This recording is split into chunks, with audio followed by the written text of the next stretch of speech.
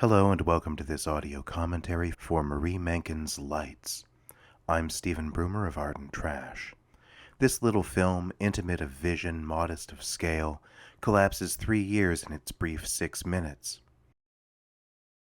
Like many of the films that Marie Menken made between the mid-1950s and the mid-60s, it's a film propelled by personal fascinations that broaden in execution. She shot lights over 3 consecutive Christmas seasons, drawn to the ebullience of the colored lights and decorations that would overtake New York during the holidays, a visualization of cheer and joy taken in the city's loneliest, quietest hours. To this end, her subjects are a mix of big store displays of public Christmas trees lit up in shopping hubs, and the landscape of the city itself, its density, its epic scale shining through the night.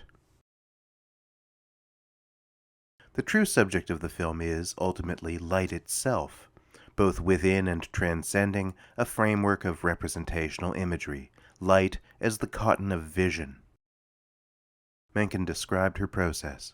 Made during the brief Christmas-lit season, usually between the hours of midnight and 1 a.m., when vehicle and foot traffic was light, over a period of 3 years. Based on store decorations, window displays, fountains, public promenades, Park Avenue lights, building and church facades. I had to keep my camera under my coat to warm it up, as the temperature was close to 0 much of the time. In that cool, tranquil darkness, even the tangle of branches become a flat, black, negative space that disrupts the extraordinary illumination of green, red, yellow, purple, white. Menken's shooting style takes advantage of the pinpoints of string lights, which, through her violent ambulatory movements, streak through the image. Her movements, which serve to abstract the subject, at times beyond recognition, invite parallels to action painting, the style of gestural abstraction typified in the work of Jackson Pollock and Willem de Kooning. Time magazine observed this link between Menken and the abstract expressionists in 1967, when its critic wrote of Lights that she slashes at her subject with a camera as an action painter slashes at his canvas. This gestural abstraction is not the only form of agitation that Menken plays with in Lights. As the film goes on, she often engages in other techniques that frame and subvert representation, with fleeting shots taken at low frame rates that speed the subject, rotating the camera itself to capture a subject so that it circulates through all sides and corners of the composition. In Menken's earlier film, Night Writing, a sketch of no more than 15 seconds, she demonstrates a technique that's on display throughout Lights. Night writing, a phrase that one imagines she embraced for the similarity between these light patterns and the joined lines of cursive. Why does she call it night writing and not light writing?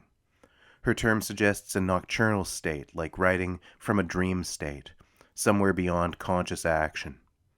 It also makes clear her dependence on another aspect of night, darkness, an all-encompassing literal darkness against which to play with light.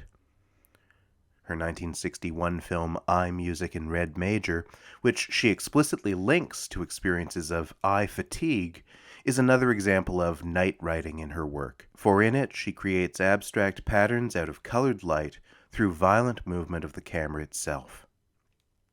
Unlike Lights, Eye Music in Red Major is even more pronouncedly separated from representation.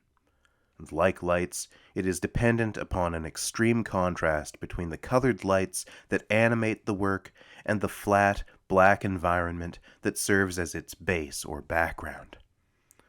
This phenomenon in Menken's work is ultimately about exploiting contrast in order to alienate the resulting inscription from the object photographed, and to isolate these streaks of light from a broader environment.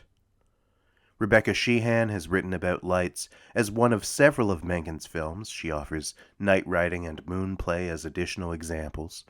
Films in which the depth of field, that is, the relationship between background and foreground, is entirely collapsed as a result of a combination of the contrast of light against darkness and the camera's movement. I would contend that depth of field isn't annihilated, for Menken uses selective focus throughout lights to allow her subjects to fluctuate in and out of focus. And there is a perceivable depth to the image, albeit a depth that is under distress. But Sheehan's observation gets at a greater truth at the heart of Menken's operations, that for her, these lights are manifesting out of a profound absence of light. To that end, Lights is a Christmas nocturne. It is akin to those carols and fables that promise charity, peace, and the milk of human kindness, flowing anonymously under cover of darkness, kindling in the hearth of this one prophetic night. It is also, to put it very simply, action, construction, and the promise of continuity that comes with ritual.